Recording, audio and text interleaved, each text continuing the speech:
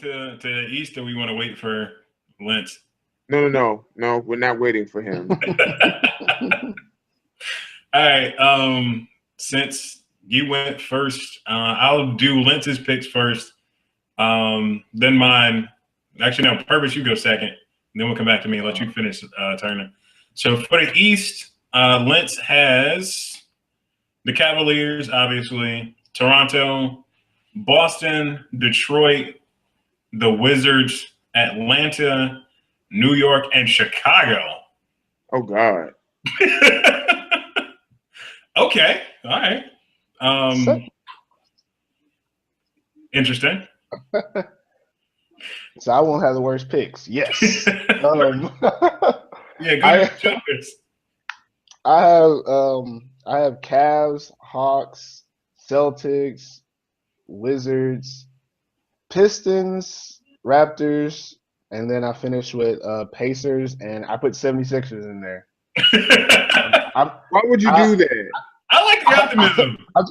I'm trying to mix it up and give myself one wild card 8 seed in each conference, and I mean, why can't you believe in Philly? I mean, everybody talks about how much talent they got. They're so young. I mean, it might be the year.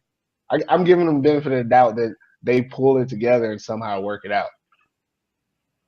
Yeah. Purely off of hope and love for Philadelphia. No actual reasoning behind it. Just I really feel like they should be better.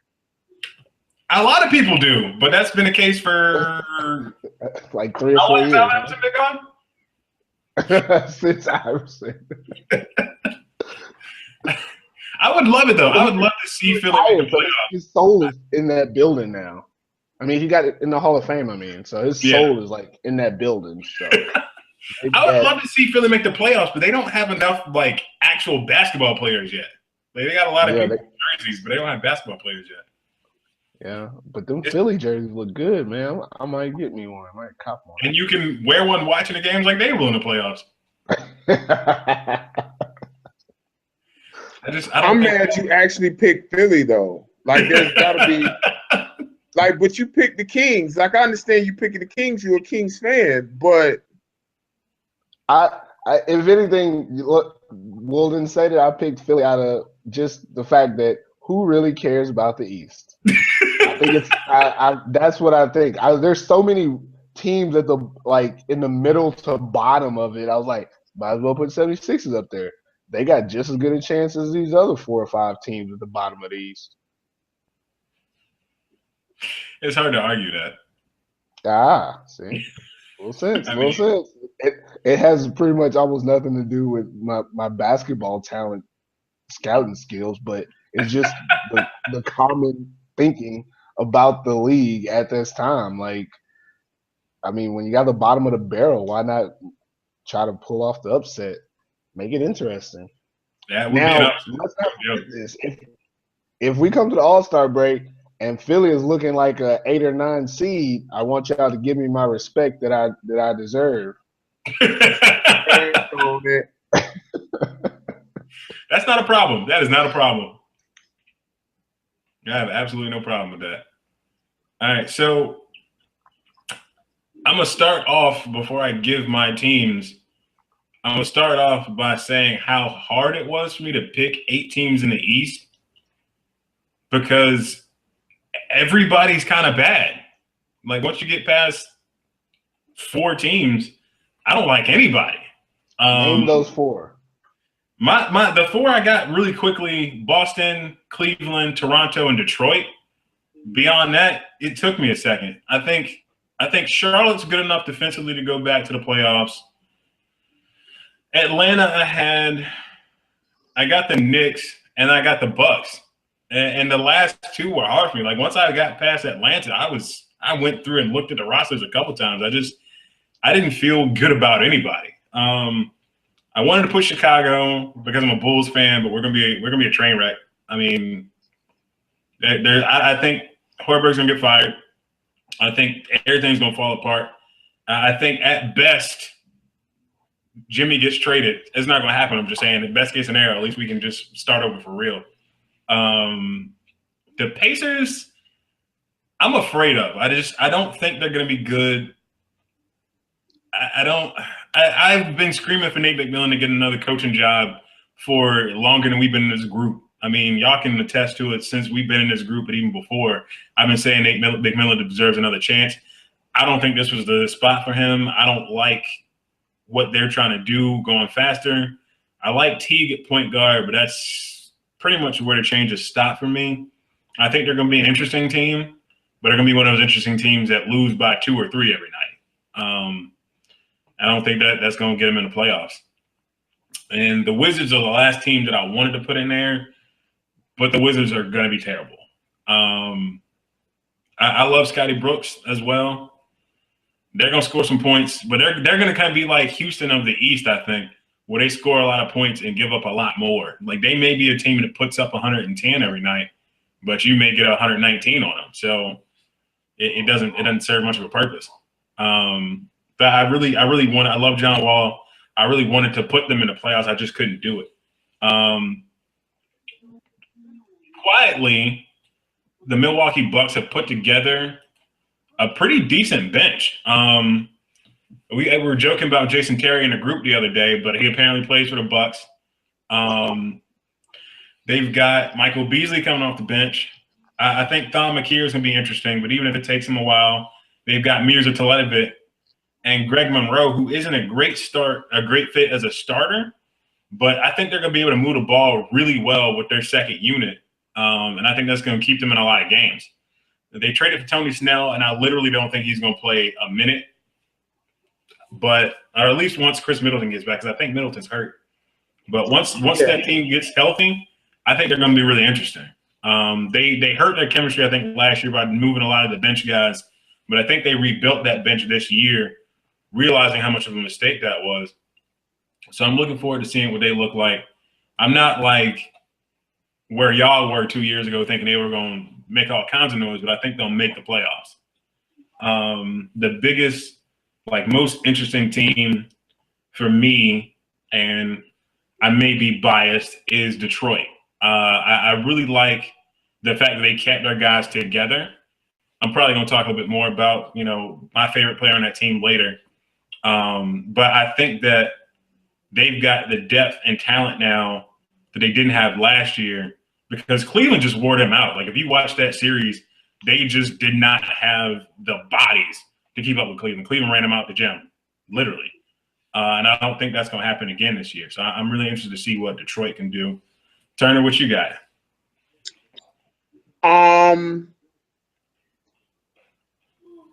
So I'm gonna name the 4 teams that I think are well, obviously 8 teams got to go in, but Cleveland at the top, Boston, Cleveland, Boston, Toronto, and Detroit. Each has their own, strengths and weaknesses, obviously. Cleveland is the reigning champions. They got the best player in basketball. I feel like Kyrie's gotten very overrated now. Mm-hmm. But as an offensive player, or not a total offensive player, but as a scorer, he's almost peerless when you combine his handle, his finishing skills and shooting skills. Like, he's peerless in that regard. And obviously you got one of my favorites in Kevin Love, who's unique as a three-pointer defender. A three-pointer and a rebounder. You go to Boston, I think, honestly, they're a bit overrated. I'm going to be honest with you. Like, they had a great defense, but they had a problem. They had problems scoring last year. And Al Horford is a decent shooter for a big man, but he's not going to help their three-point problem, and he's a bad rebounder. And Boston was 26th in defensive rebounding percentage last year. I was going to ask if y'all bought Boston as a title contender. I kept seeing when I was looking, people talking about Boston winning the East and Boston being a team that could challenge Cleveland. I just don't see it. Yeah, yeah, and they lost in the first round the past 2 years. I don't see it. I don't. I like Al Horford, but I don't think he's that much of a difference maker. And he's really the only guy they brought in from last year that makes a difference other than That makes a difference, right? What you call it? Zaza Pachulia just did a behind the back pass to Klay Thompson, but he missed the three. I thought that was the coolest thing ever. I like Toronto, even though they lost Bismack.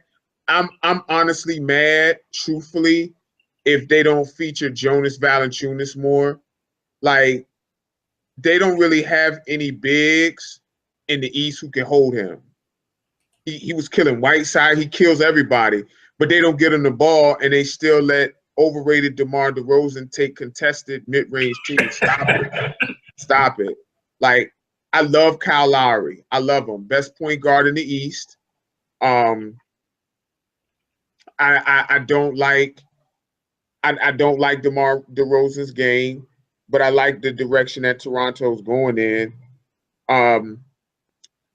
Detroit, they lost Reggie Jackson 4 to 6 weeks with his knee.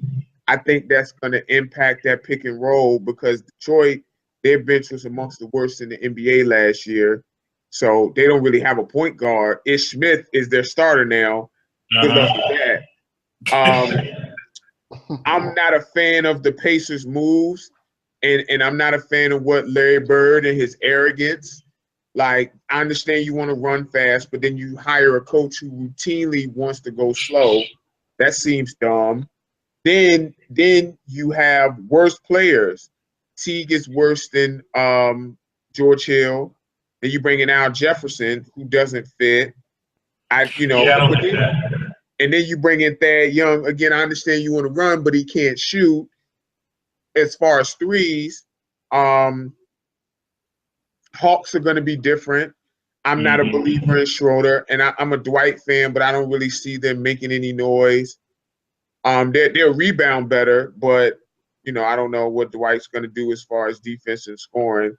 The Hornets, so there's a video circulating on social media about Michael Kidd-Gilchrist. Like, he has the most hideous form I've ever seen in my life. Yeah. But he's a difference maker for them, especially on defense. He's the rare elite defender who doesn't get a lot of steals. I'm a fan of his. Yeah. As far as number 8, wow. Like, this is just like picking the ugliest girl at the ball. I'll probably say the Wizards if Bill can stay healthy. When happened? Right. And then now John Wall and Bradley Beal don't like each other in real life. Really? Yeah. They don't really like each other in real life. So they're no Kobe and Shaq. They need to get it together. Yeah. They just both think they're alphas, and the reality is Bradley Beal's not good at anything, and he has to understand that. He's got to be able to play off of John Wall and just be okay with that. Yeah. That's the end story. Those are my 8. Again, I'm not, I think I don't really have a lot of confidence in the East other than Cleveland. So no, I mean, I like the Raptors and Pistons. I think if anybody can contend with Cleveland, I like the Raptors and the Pistons to do it.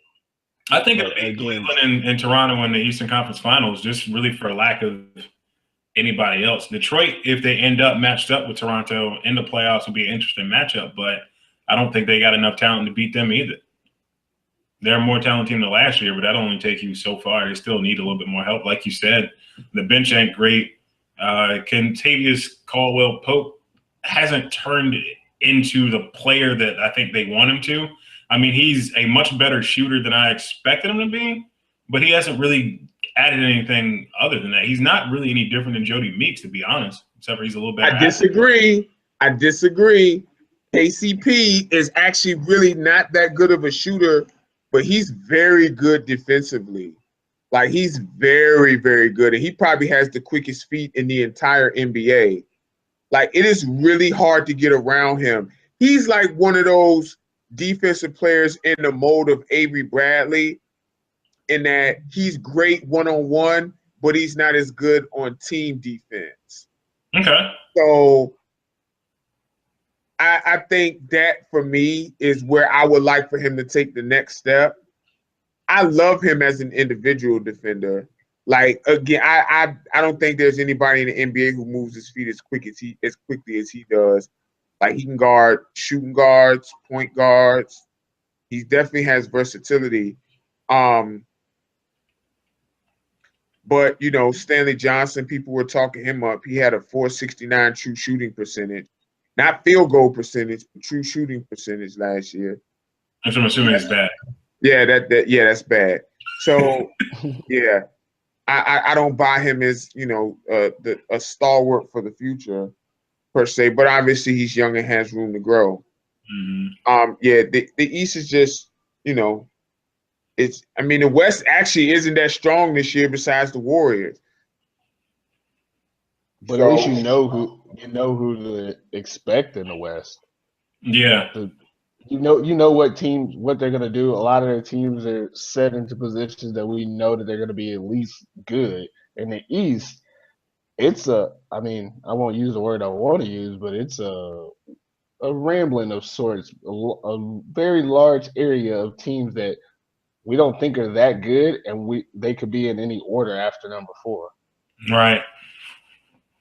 So what made you, Turner, pick Washington over New York? I don't understand what the hype is about New York. Like you have a decline in Carmelo Anthony, you have a decline Rose. You have a decline. Carmelo is. I don't think he's an all NBA performer. He actually hasn't made an all NBA team in like 3 years, if I'm not mistaken. So you think naming him as a top 15 but not a top 10 is accurate? Yeah, I've said that he wasn't a top 15 player. I've said that. He's not top 15. No, I don't think he's top 15. No. He's top 15 in this position. I'll give him that. Yeah, damn. but it's 5 positions. So. Right. Yeah. The only reason I've got New York over Washington is what New York is, at least with their starting lineup. I mean, you know what you're going to get out of Derrick Rose. It ain't great. You know what you get out of Carmelo Anthony. He can score, but he ain't going to get nothing on defense. I just blanked on their starting shooting guard. No idea. Yeah. Is it Ron Baker? No. But Ron Baker did make the team, though. That's interesting. I'm looking at their roster, and I don't even see a shooting guard. I don't feel like Ron Baker does anything. Courtney Lee is the starting shooting guard. Courtney Lee. There you go. Yeah, I love Courtney Lee. I think I'm still living off the hype of his first 2 years. But again, you know what he's going to give you 3 and D and nothing else, literally. Joakim Noah probably won't stay healthy because he doesn't do that anymore, thanks to Tom Thibodeau. But he's going to give you energy. He's going to give you effort, and he's going to be excited because he's from New York, and I know he wanted to be a Knick. And then Porzingis, I think, is the biggest difference maker between the Wizards and the Knicks. There's nobody to me that's a wild card like Porzingis. Porzingis can take another step this year and win some games for them, where there's nobody in Washington that I see that can make a step and really make a difference. I'm not impressed pretty much by anybody on that team, as much as I hate to say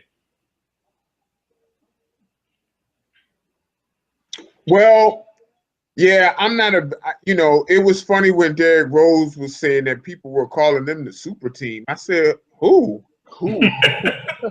I was like, I'm confused. Like, I hate that word anyway, but nobody's going to call y'all that. No, I don't see it.